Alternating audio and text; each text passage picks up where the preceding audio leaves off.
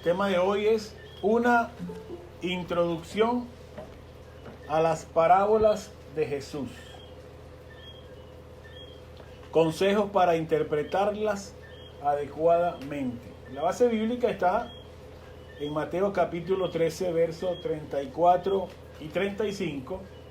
Quiero tomar esos dos versos nada más para hacer la introducción en este momento, que dicen: todo esto habló Jesús por parábolas a la gente, y sin parábolas no les hablaba, para que se cumpliese lo dicho por el profeta cuando dijo: abriré en parábolas mi boca, declararé cosas escondidas desde la fundación del mundo.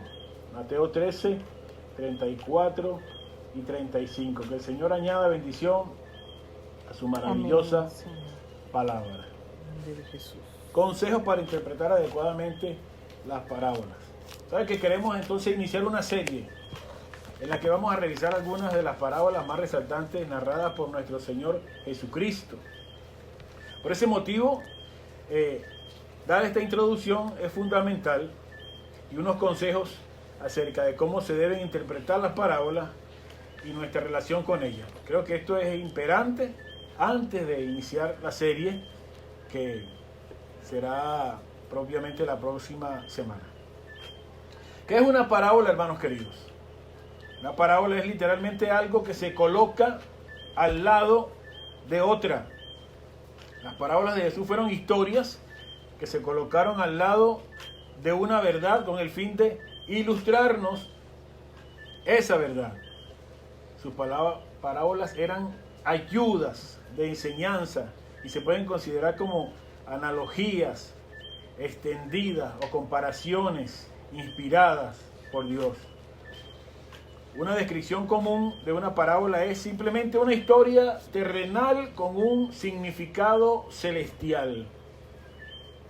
Ya en el Antiguo Testamento se utilizaban las parábolas como una figura literaria para enseñar hechos o verdades importantes de parte de Dios. Algunos ejemplos están en el libro de los Jueces, capítulo 9, del 8 al 15, está la parábola, digámoslo así, de los árboles. Vamos a ponerle un título. Jotán, un joven al que le habían prácticamente quitado la posibilidad de ser rey, dijo esa parábola y fueron una vez los árboles a elegir rey sobre ellos, y bueno, por ahí se fue. Ese es Jueces capítulo 9, verso 8 al 15.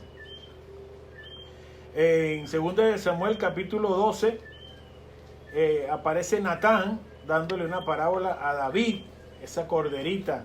Si recuerda, David había cometido un pecado y no lo reconocía, y Natán tuvo que llegar y le dijo: había una vez dos hombres de una ciudad, uno era rico, uno era pobre, uno tenía una corderita, el rico se la quitó, y por ahí Natán le explicó a David, y fue que él entendió el mensaje que Dios tenía para él. Isaías también, capítulo 5, del 1 al 7, tiene la parábola de la viña. Tenía mi amado una viña en una ladera fértil, y el Señor les habla acerca de que su viña hay que cuidarla, etcétera, etcétera, y es una parábola en el Antiguo Testamento. Ezequiel, el profeta, es uno de los que más abunda en parábolas. Cuando uno lee el libro de Ezequiel, que lo acabamos de terminar recientemente, en el grupo de la iglesia, observamos muchísimas parábolas de parte de Dios también narradas en Ezequiel. Cuando hablamos de las parábolas de Jesús, pues son sin duda las piezas literarias que más nos han sorprendido a todos, hasta los inconversos que jamás han leído Biblia se conocen las parábolas del sembrador o las parábolas del hijo pródigo, y cantan canciones referidas a eso, etc. En las parábolas del Señor encontramos belleza, creatividad. Es un instrumento pedagógico impresionante y una manera única que tuvo el Maestro de Nazaret para transmitir las verdades eternas por medio de relatos que sucedían todos los días. Son una ventana al estilo de enseñanza que tenía nuestro Salvador, y una forma de Él abrirnos su corazón a nosotros. Algunas de las lecciones más importantes de la vida cristiana fueron presentadas por el Señor de esa forma, sencilla, a través de esas historias llamadas parábolas. Nuestro Señor sabía el poder que hay en los relatos, en las narraciones. Hay algo en nuestra naturaleza humana que nos hace ser susceptibles hacia una historia bien contada. Lo vemos por toda la Biblia, y la prueba es que la gran mayoría de la Biblia también es una historia narrada en manera general. Hay quienes al estudiar las parábolas también las clasifican. Hay algunos que ponen un primer tipo de parábolas más corticas, podrían relacionarse con frases o proverbios, y le da a esta primera característica o esta primera clasificación, estas parábolas cortas, tipo dichos o frases o proverbios del Señor, como vosotros sois la sal de la tierra, o nadie puede servir a dos señores, o no deis lo santo a los perros. Son dichos o frases que aparecen mucho en Mateo y también en el Sermón del Monte, y podrían ser catalogadas por algunos como parábolas. En otra parte de la Biblia también las hay. Hay una segunda categoría, digámoslo así, que son un poquito más extensas, pueden considerarse como símiles. Estas parábolas a menudo describen una situación típica con una apelación a la experiencia de la gente. Casi siempre comienzan con una especie de comparación. Por ejemplo, no se enciende una luz y se pone debajo del almud, sino sobre el candelero para alumbrar a los que están en casa. Esos son tipos de parábolas un poquito más extensas y han sido colocadas dentro de esa categoría, aunque son símiles o esa figura literaria de la semejanza. Y hay una tercera clase, por decirlo así, en la categoría sobre las parábolas, que son aquellas ya de índole más extenso y narrativo. En esta parábola se describe toda una progresión de eventos para lograr una enseñanza principal. Aunque hay excepciones, es notable que Lucas, el Evangelio de Lucas, es el que más contiene esta clase de parábolas extensas o narrativas. Y es con las que más estamos familiarizados los creyentes al decir el término parábola. Y un listado entre 37 y 60 y tantos si las consideramos metidas todas en el bloque de parábolas. Pero si hablamos solamente de las extensas, bueno, hay parábolas que las menciono sin decir la cita, por supuesto, para algunos que jamás quizás la han escuchado, los nuevos creyentes, pero hay parábolas, por ejemplo, la luz debajo del almud, la parábola del prudente y el insensato, la parábola de la tela nueva en el vestido viejo, o el vino nuevo en odres viejos, o la del sembrador, la de la cizaña, la del grano de mostaza, la de la levadura, la del tesoro escondido, la de la perla de gran precio, la de la red, la de los tesoros nuevos y viejos, la oveja perdida, los dos deudores, los obreros de la viña, los dos hijos, los labradores malvados, la fiesta de las bodas, la higuera que brota, el siervo fiel y prudente, las 10 vírgenes, los talentos, la oveja y los cabritos, el crecimiento de la semilla, los siervos vigilantes, el prestamista, el buen samaritano, el amigo necesitado, el rico insensato, la higuera estéril, los convidados a las bodas, la gran cena, el precio del discipulado, la oveja perdida, la moneda perdida, el hijo pródigo, el mayordomo infiel, el rico y Lázaro, el deber del siervo, la viuda y el juez injusto, el fariseo y el publicano, y una que aparece en el libro de Juan, la del redil, las ovejas. Es decir, las parábolas son muchas en la enseñanza del Señor Jesús, y al igual que otras historias bíblicas, hay que estudiarlas con interés, con pasión, pero con mucho cuidado.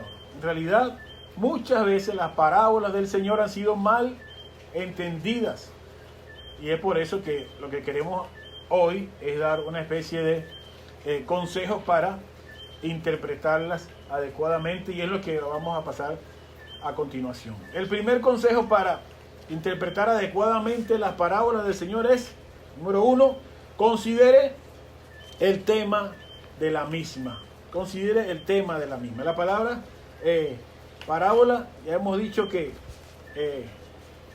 o no lo dije, es una palabra griega, ¿no? Aparece 50 veces en el Nuevo Testamento, pero es una ilustración, ya lo dijimos, narrativa, sencilla, ingeniosa, que ilumina una lección espiritual profunda. El tema de la parábola, o de las parábolas del Señor en general, giran alrededor del reino de Dios, dicho por el mismo Señor.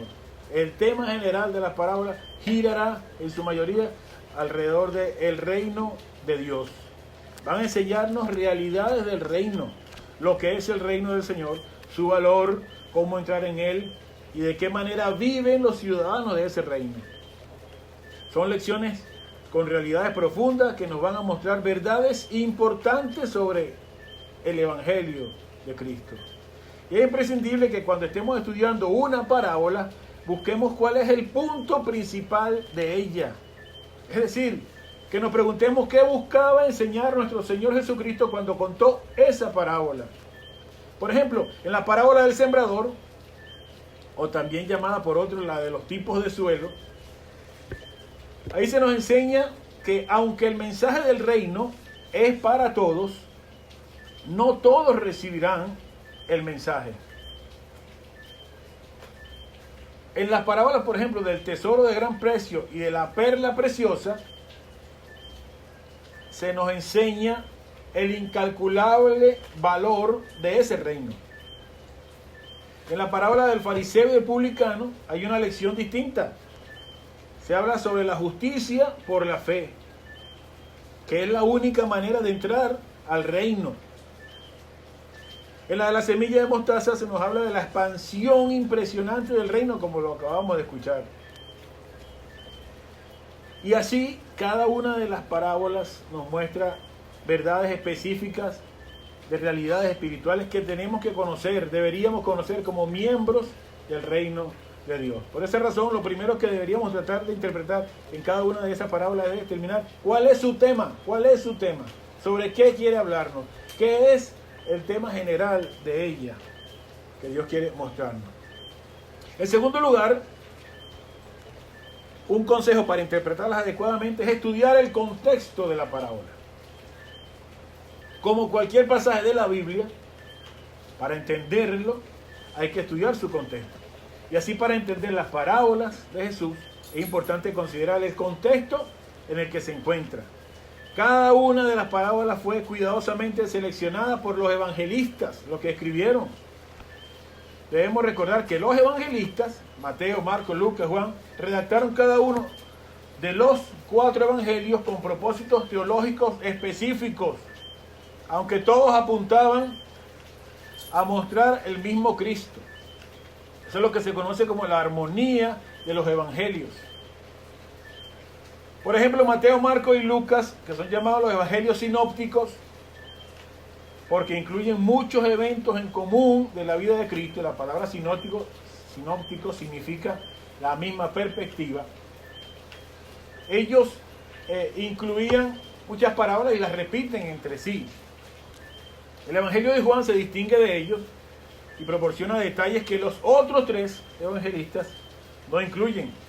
Cada uno de estos evangelios fue escrito también a diferentes tipos de receptores, o de oyentes, o de lectores, y cada uno pone el énfasis en ciertas facetas del ministerio de Jesús. Por ejemplo, Mateo fue escrito para los judíos y subraya el cumplimiento de las profecías de Jesús como el rey mesiánico. Quiere demostrarle a los judíos que Jesús era el Mesías. Por eso Mateo escribe de esa manera.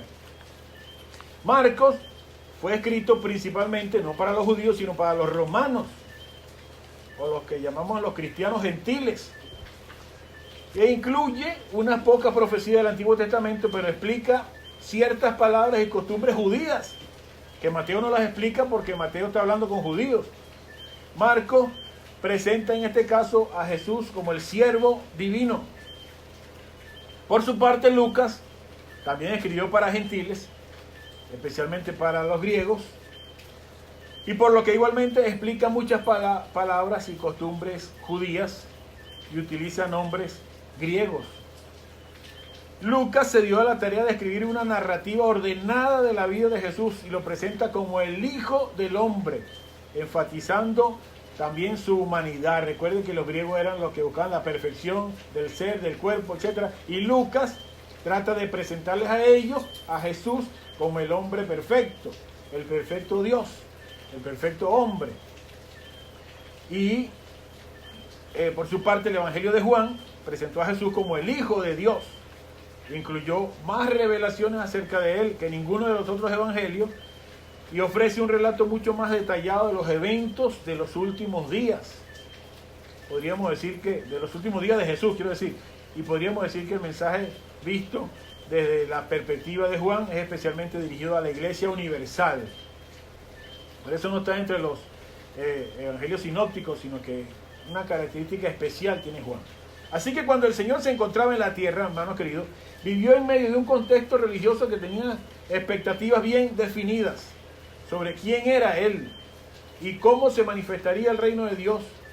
Y la gente pensaba de Jesucristo unas cosas y otros otras. Por eso en sus parábolas Jesús desafía esas expectativas de las personas y les habla directamente contra el pensamiento religioso que había en la época.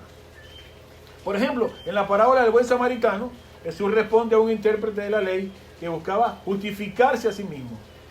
La cuestión de la justificación es una doctrina fundamental del reino, ya lo hemos dicho, y las dos primeras personas que pasan al lado del hombre herido son un sacerdote y un levita. Así que con su sabiduría, el Señor, con esa gracia, utilizó esa sencilla historia y expuso el corazón de los religiosos y la preponderancia de la misericordia de Dios en el reino de Dios. Así de la misma manera cada parábola tiene entonces un contexto específico. Es importante encontrarlo para llegar a una interpretación correcta de la misma. Esto no es que es muy difícil de lograrlo, pero requiere leer sencillamente el texto de manera cuidadosa. En tercer lugar, las parábolas hay que interpretarlas como un todo. Y este principio es crucial para interpretarlas bien. Voy a dedicarle un poquito más de espacio a este. Así como no podemos saber qué sucederá con los personajes de una película si dejamos de verla por la mitad, también necesitamos conocer la parábola como un todo para entenderla. El significado de la parábola no está en los detallitos que la bordean. Más bien las parábolas están diseñadas para que los oyentes entiendan su significado de golpe, completo, así como usted lo ha mencionado. Esta parábola pareciera que se refiriera a tal o cual cosa, de manera completa. Si sobreenfatizamos los aparentes detalles de una parábola, esta puede perder su inmediatez y su capacidad de iluminarnos profundamente algún aspecto específico de la verdad. Como seguramente usted ya sabe, la palabra hermenéutica se refiere a la rama de la teología que estudia o provee las herramientas para la interpretación correcta de los textos. Pues bien, en la hermenéutica existe lo que se conoce como el punto de comparación, el cual trata de encontrar la vinculación que existe entre la historia narrada en la parábola y la verdad espiritual que el Señor está buscando iluminarnos. Algo así como lo que acabamos de hablar del tema, pero no es el tema, es la verdad que Dios quiere mostrarnos. Cada vez que leamos una parábola, preguntémonos cuál es el punto de comparación, cuál es esa sola verdad que debo encontrar en esa parábola. Por ejemplo, en la parábola de las 10 vírgenes de Mateo 25, el punto de comparación de esa parábola es que debemos estar preparados. Si nos comparamos con ellas nos están mostrando que debemos estar preparados. Ese es el punto de comparación de la parábola.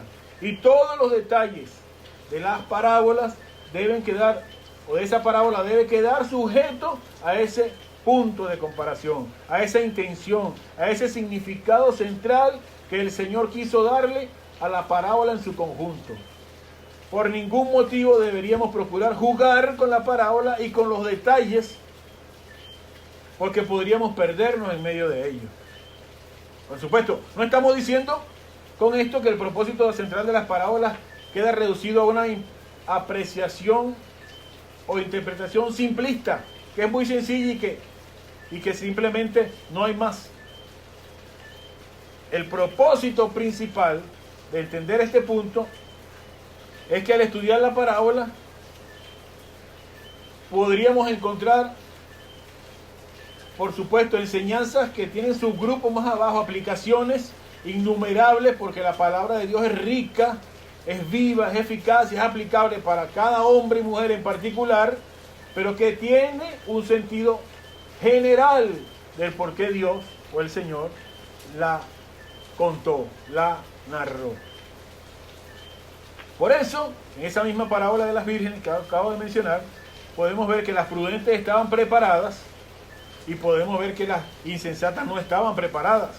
Porque el tema es la preparación y el punto es que Dios quiere que yo me prepare. Y vemos también que la llegada del novio, que se estaba tardando al llegar, les dio a ella la oportunidad de prepararse y tenían un momento y un lugar adecuado para hacerlo y no lo hicieron. Y algunas sí lo hicieron. Así que todas las enseñanzas de las parábolas, hermanos queridos, en la parábola de esas vírgenes va dirigido a eso, a prepararnos. Y eso hay que tenerlo claro. Cada parábola tiene un punto de comparación especial. No me aparto de ella porque el Señor tiene la enseñanza directa para nosotros. No es lo que yo quiero enseñar, sino lo que el Señor me quiere enseñar a mí. Y explicarles ese punto con una parábola, pero no del Señor, una parábola hindú, a ver si me entienden. Esa se llama 6 ciegos y el elefante. Érase una vez 6 hombres ciegos que fueron a ver un elefante. El primer hombre ciego alargó sus manos frente a él y tocó el inmenso costado del elefante. Y dijo: este elefante es como una pared alta y fuerte. Me da la impresión. El segundo hombre, quien estaba parado cerca de la cabeza del elefante, puso sus manos sobre uno de los largos y pulidos colmillos. Y dijo: una pared. No lo creo. Yo diría que más bien los elefantes son como una especie de lanza, duros y largos. El tercer hombre abrazó una de las patas del elefante con sus 2 brazos y dijo: no quiero contradecirlos, pero estoy seguro que el elefante es como una especie de árbol. Es grande, redondo, lo estoy abrazando. El cuarto hombre por casualidad tocó la oreja del elefante y le dijo: todos ustedes están equivocados, el elefante en realidad es muy parecido a un abanico de los que me han dado por allí para quitar el calor.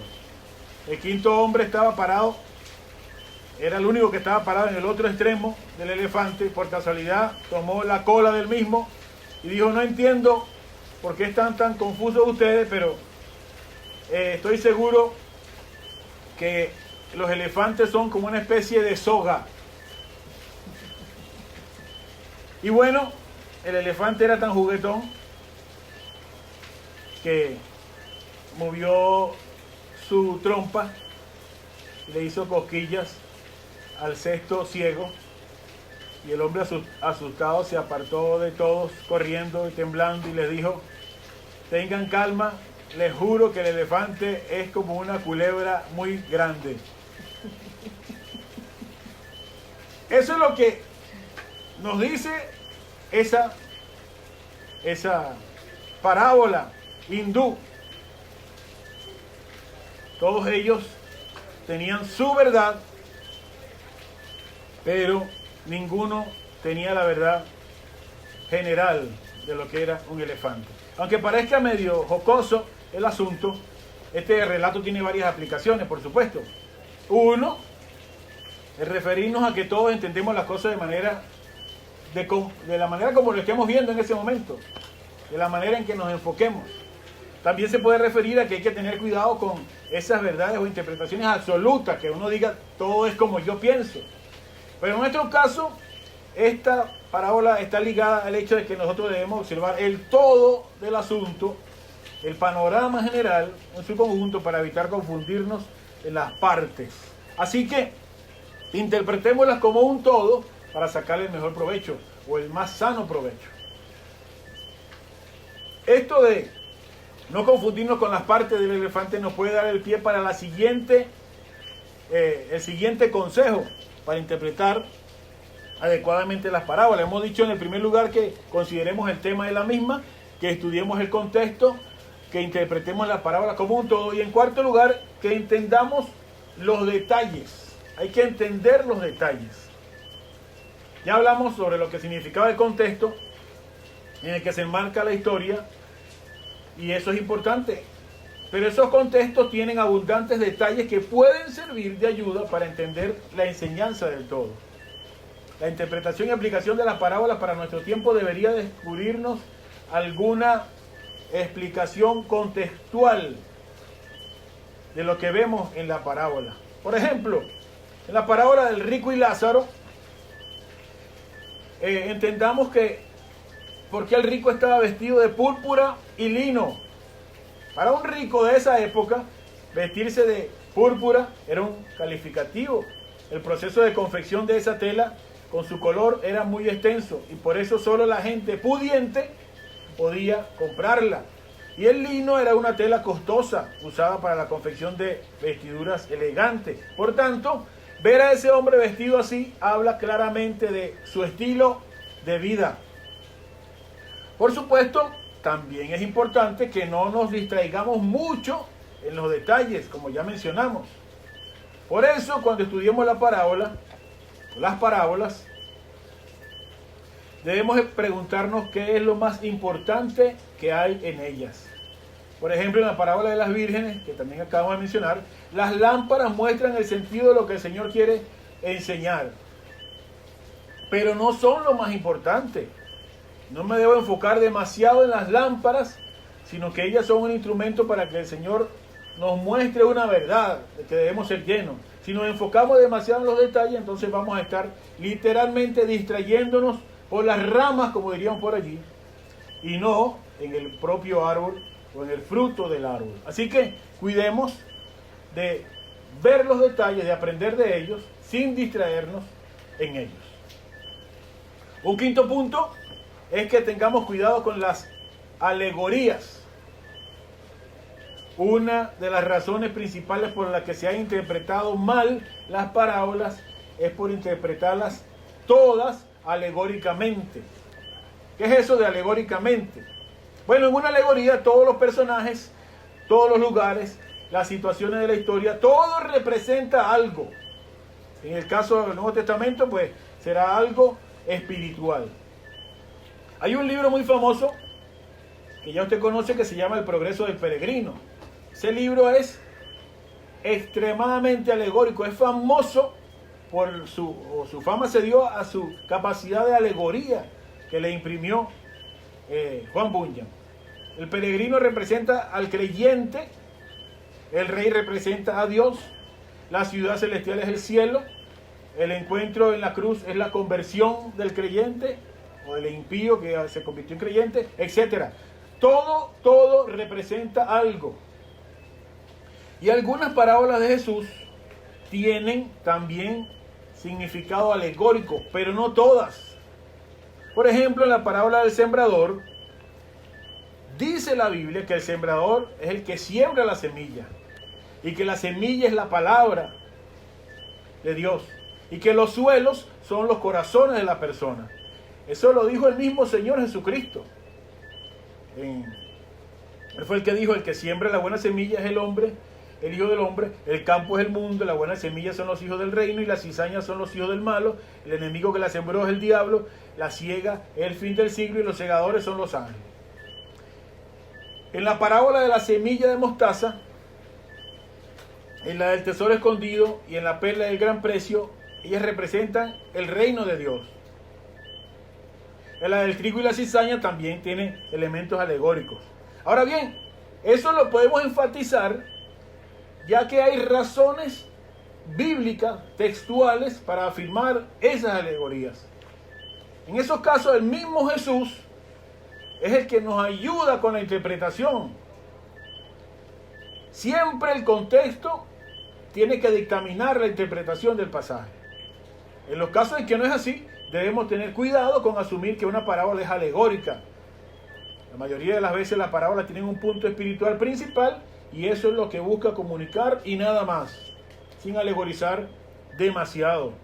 Una mala interpretación alegórica sería, por ejemplo, suponer que la parábola del buen samaritano, el camino representa la vida, los ladrones son el pecado, el sacerdote y el levita son la ley, el samaritano es la gracia, el aceite y el vino son el espíritu, que el mesón es la iglesia, que los 2 denarios son el Antiguo y el Nuevo Testamento.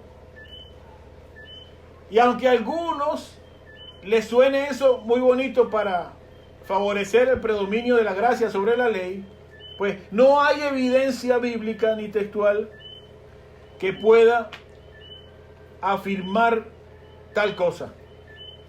Que si los 2 denarios de la misma parábola son el padre y el hijo, nada, no hay forma de probar eso y no podemos asegurar tal cosa.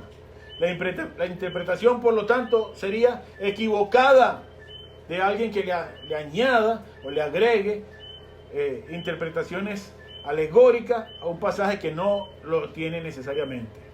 El punto principal de esa parábola es, 1, responder quién es mi prójimo. Jesús habla de eso.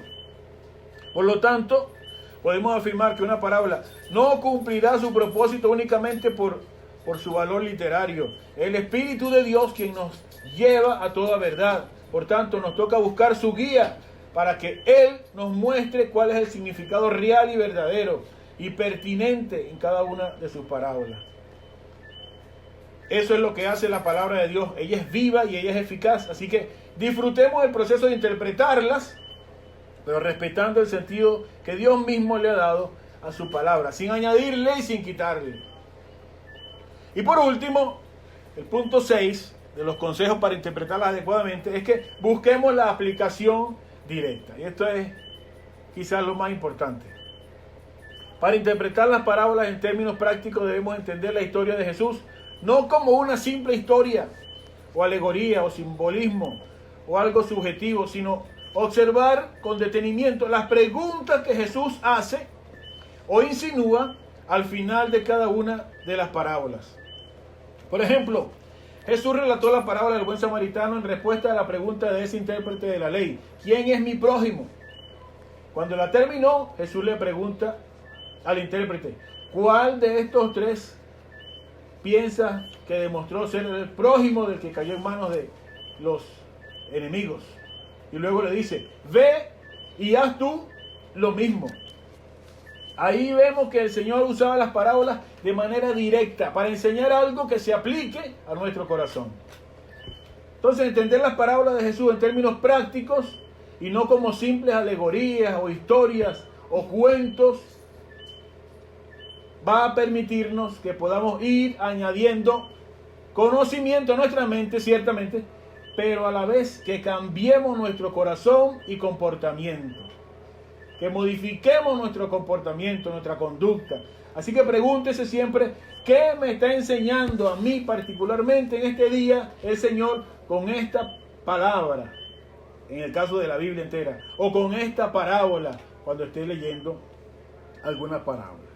Así que en resumen, digamos que en estos 6 puntos que acabo de mencionar, que como lectores y amantes de la Biblia deberíamos considerar el tema de la misma, de cada parábola, analizarla en su respectivo contexto para no salirnos de esa época. Debemos interpretarlas como un todo, ver y entender los detalles sin exagerar, cuidar de no alegorizar todo, sino solamente lo que el Señor nos permita, de acuerdo al contexto, y buscar la aplicación personal y directa. De esa manera nos cuidaremos de interpretaciones que podrían fascinar a algunos pero que no tienen nada que ver con el propósito de la parábola. Y peor aún, va a oscurecer la palabra de Dios en nuestra vida. Con esas simples orientaciones iremos al texto divino y dejaremos que brille con luz propia y que nos ilumine con su poder sobrenatural y no con nuestra interpretación, por muy creativa que sea. Ahora bien, no quiero terminar así. Quiero terminar con una reflexión muy breve.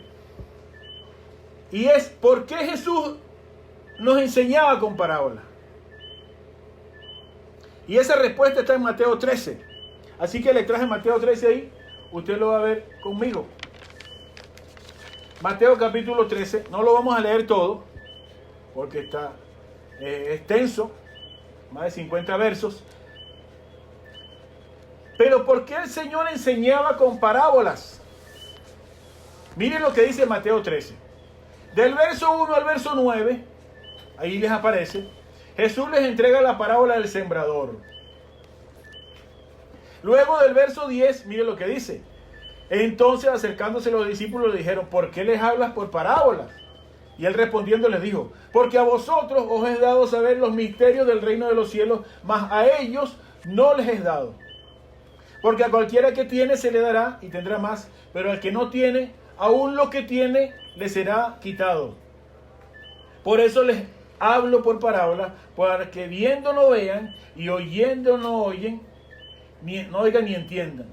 De manera que se cumpla en ellos la profecía de Isaías, que dijo, de oído oiréis y no entenderéis, y viendo veréis y no percibiréis. Porque el corazón de este pueblo se ha engrosado y con los ojos oyen pesadamente y han cerrado sus ojos para que no vean con los ojos y oigan con los oídos y con el corazón entiendan y se conviertan y yo los sane. Pero bienaventurados vuestros ojos porque ven y vuestros oídos porque oyen. Porque de cierto os digo que muchos profetas y justos desearon ver lo que veis y no lo vieron y oír lo que oís y no lo oyeron. Entonces, seguidamente, del 18 al 23 les explica la parábola del sembrador, la que les dijo los primeros 9 versos. Del 24 al 30 les regala otra parábola, la del trigo y la cizaña. Después del 31 al 33 le da las parábolas de la semilla de mostaza y de la levadura. Y suelta 2 versos más. La palabra del Señor dice, todo esto habló Jesús por parábolas a la gente y sin parábolas no les hablaba. Para que se cumpliese lo dicho por el profeta cuando dijo, abriré en parábolas mi boca, declararé cosas escondidas desde la fundación del mundo. Y el verso 36 al 43 les explica la parábola de la cizaña que le había dicho antes, y del 44 al 52 le suelta las parábolas del tesoro escondido, la de la perla de gran precio, la de la red y la de los tesoros nuevos y viejos. Todo eso en Mateo 13. Y luego vienen los últimos versículos. Dice, aconteció que cuando Jesús terminó estas parábolas, se fue de allí. Y venido a su tierra, les enseñaba en la sinagoga de ellos, de tal manera que se maravillaban y decían, ¿de dónde tiene esta sabiduría, estos milagros?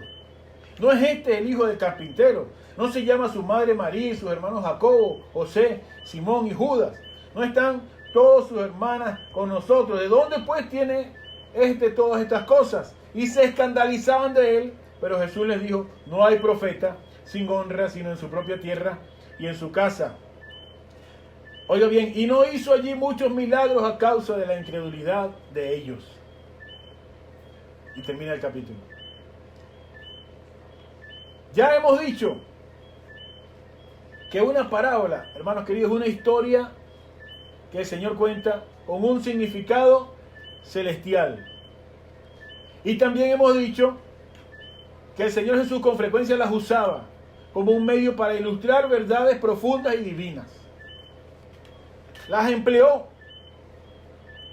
Y eran tan comunes para ellos y tan conocidas, y usaba alegorías como la sal, el pan, las ovejas, etc. Era muy claro su significado en el contexto de su enseñanza. Pero requerían cierta explicación, por eso las explicaba también en algunos momentos. En un momento dado de su ministerio, Jesús comenzó a enseñar utilizando puras parábolas. es lo que acabamos de leer. Puras parábolas. Sin parábolas no les hablaba. Y la pregunta era, ¿por qué Jesús dejaría que la mayoría de la gente se preguntara acerca del significado de sus parábolas? Ese ejemplo sale en la parábola de la semilla y en la de las diferentes clases de suelo también, en la de sembrador. Antes que las interpretaran mal, él llevó a sus discípulos lejos de la multitud y cuando le preguntaban, él les enseñaba y se las explicaba. Y les dijo eso que acabamos de leer. A vosotros es concedido conocer los misterios del reino de los cielos. Por eso decimos eso, que ese es el tema principal de todas. Pero a ellos les dijo, no les es concedido. Porque cualquiera que tiene se le dará más y tendrá en abundancia. Pero a cualquiera que no tiene, aún lo que tiene se le va a quitar. Y les hablaba en parábolas para que viendo no vean. Eso está en Isaías, hermanos queridos. Isaías capítulo 9, 10. Dice, andad y di a este pueblo, oíd bien y no entendáis, ved por cierto, mas no comprendáis, engruesa el corazón de este pueblo y agrava sus oídos y ciega sus ojos, para que no vean con sus ojos, ni oigan con sus oídos, ni su corazón entienda, ni se conviertan, y haya para ellos sanidad. Y después les dice, pero dichosos vosotros, vuestros ojos ven, y vuestros oídos oyen, y son dichosos por eso, porque en verdad os digo que qué bello. Muchos profetas y justos desearon ver lo que ustedes están viendo y no lo vieron. Y escuchar lo que vosotros oyen y no lo oyeron. Y Jesús les hablaba en parábolas y se las explicaba a sus discípulos. Pero aquellos que continuamente le habían rechazado su mensaje y eran dejados en su ceguera espiritual por terquedad, ni les importaba lo que el Señor les decía, no les importaba su significado, no lo iban a comprender. Hizo el Señor una clara distinción entre los que a los que se les habían abierto los oídos para oír y aquellos que persistían en su incredulidad y que oyendo no percibían nada. Algo así como lo que dice Pablo en 2 Timoteo 3:7. Están siempre aprendiendo y nunca pueden llegar al conocimiento de la verdad. 2 Timoteo 3:7. Aprenden y no aprenden nada. Y a los discípulos se les había dado el don de discernimiento espiritual, por decirlo de una manera. Por las cosas del Espíritu. Les eran aclaradas por el Señor. Por haber recibido la verdad de Jesús en su corazón, se les dio más verdad. A la misma vez que las parábolas ilustran y aclaran la verdad a los que tienen oídos para oír. Oiga bien, ellas precisamente tienen un efecto contrario sobre los que se oponen y rechazan a Cristo. El mensaje simbólico esconde la verdad de quienes no tienen la disciplina o el deseo de buscar el significado de parte de Cristo. Por eso Jesús adoptó esa enseñanza. Era un juicio prácticamente contra los que recibían la enseñanza con desprecio, incredulidad y apatía. Lo mismo sucede ahora con los creyentes, a quienes Dios les ha dado su Espíritu Santo. Él es el que nos guía a toda verdad, según Juan 16:13. Él ha abierto nuestros ojos a la luz de la verdad y nuestros oídos a las dulces palabras de vida eterna que nos dio el Señor. Nuestro Señor Jesús entendía que la verdad no es una dulce música para todos oídos, sino para los que lo aman a Él. Aún hay muchos hermanos queridos, hay muchos que no tienen el interés ni respeto por las cosas profundas de Dios. Por ese motivo, el Señor sigue hablándoles en parábolas. Porque para ellos no hay hambre de Dios. En cambio, para aquellos que tienen una genuina hambre de Dios, la parábola es un vehículo efectivo, memorable, que le transmite verdades divinas. Las aman, las valoran, las aprecian, las leen, las cultivan en su corazón. Son palabras maravillosas del Señor. Son historias inolvidables, con un valor grande, un volumen de verdad poderoso, ricos, que nos ayudan a crecer. En síntesis, las parábolas de Jesús tienen ese evidente propósito doble. Entonces, esconder la verdad de algunos santurrones, gente satisfecha de sí misma, que se considera demasiado especial para aprender de Dios, pero le revela la verdad a esas almas sencillas, ansiosas, con esa fe como la de un niño que puede captar una enseñanza rápido, con hambre y sed de justicia. Y Jesús se la dio. Gracias al Padre. Y nos muestra el resultado. Te alabo, Padre, dijo el Señor. Te alabo, Padre, Señor del cielo y de la tierra, porque escondiste estas cosas de los sabios y de los entendidos y se las revelaste a los niños. Sí, Padre, porque así te agradó. Mateo 11, 25 y 26. ¿Se fija? Dios le ha dado algo a usted maravilloso que otro quizás no tiene. Considere así entonces, hermanos queridos, las parábolas de Jesús como una bendición para aquellos que tienen sus oídos dispuestos a oír. Y aquellos que tienen el corazón embotado y son lentos para oír y no aman la palabra de Dios, va a ser cada parábola una declaración de juicio de parte de Dios. Así que no se le olvide que a usted y a mí se nos es dado, a vosotros es dado saber los misterios y declararle cosas escondidas. No se le olvide eso jamás. Tiene en sus manos la palabra, tiene en sus manos una parábola, tiene en sus manos la Biblia en general, un tesoro incalculable, misterios de parte de Dios para usted. Segundo, no se le olvide que usted es bienaventurado y que muchos profetas y justos quisieron tenerla. Qué bello eso. Hay gente que deseó tener las enseñanzas de Jesús en sus manos, los dichos de Jesús. Hay un libro que se llama así, Los dichos de Jesús. Nunca nadie habló como ese hombre Dios. Y usted las tiene en sus manos cada día. Tiene esa Biblia, tiene esa palabra.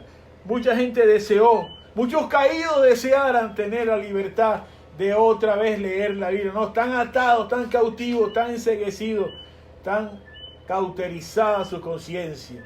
Pero usted es bienaventurado. Considérese bienaventurado, hermano. Bienaventurada, hermana. Considérese. Porque muchos quisieran tenerla, pero no la tienen. Y algo que entristece para terminar es que Jesús no pudo hacer muchos milagros delante de las personas que se supone que eran los que lo estaban siguiendo. Las personas que estaban cerca de él. Él no pudo hacer todos los milagros que quiso. Tremendo. Ese ha de ser uno de los textos más tristes de la Biblia, donde se muestra a Jesús rechazado en medio de su propia gente, sin poder hacer milagros entre los que se suponía que era más fácil hacer los milagros. Y él dijo, no hay profeta sin honra, sino en su propia tierra. Así que, hermano querido, hermana, permítele a Dios ver tu amor por su palabra, por sus parábolas, por sus dichos maravillosos, por sus promesas y por lo maravilloso que Él es. Y deja que el Espíritu de Dios te guíe a conocer cada día la verdad, esa verdad de Dios que nos hará libres. Amén. Amén. Que amemos las parábolas de Jesús, que las entendamos según lo que el Espíritu de Dios nos dé, que valoremos lo que tenemos en nuestras manos, que dejemos que el Señor haga lo que quiera en nuestras vidas, que nos hable cada día más. En el nombre de Jesús. Gracias, Padre, por tu maravillosa palabra. Gracias por darnos la oportunidad de reunirnos hoy de esta forma para estudiar esta introducción a las parábolas. Permite que se nos despierte un deseo, una pasión por aprender de ti, de tu palabra, de tus parábolas, de esas cosas tan hermosas que tú dijiste aquí en la tierra cuando estuviste predicando.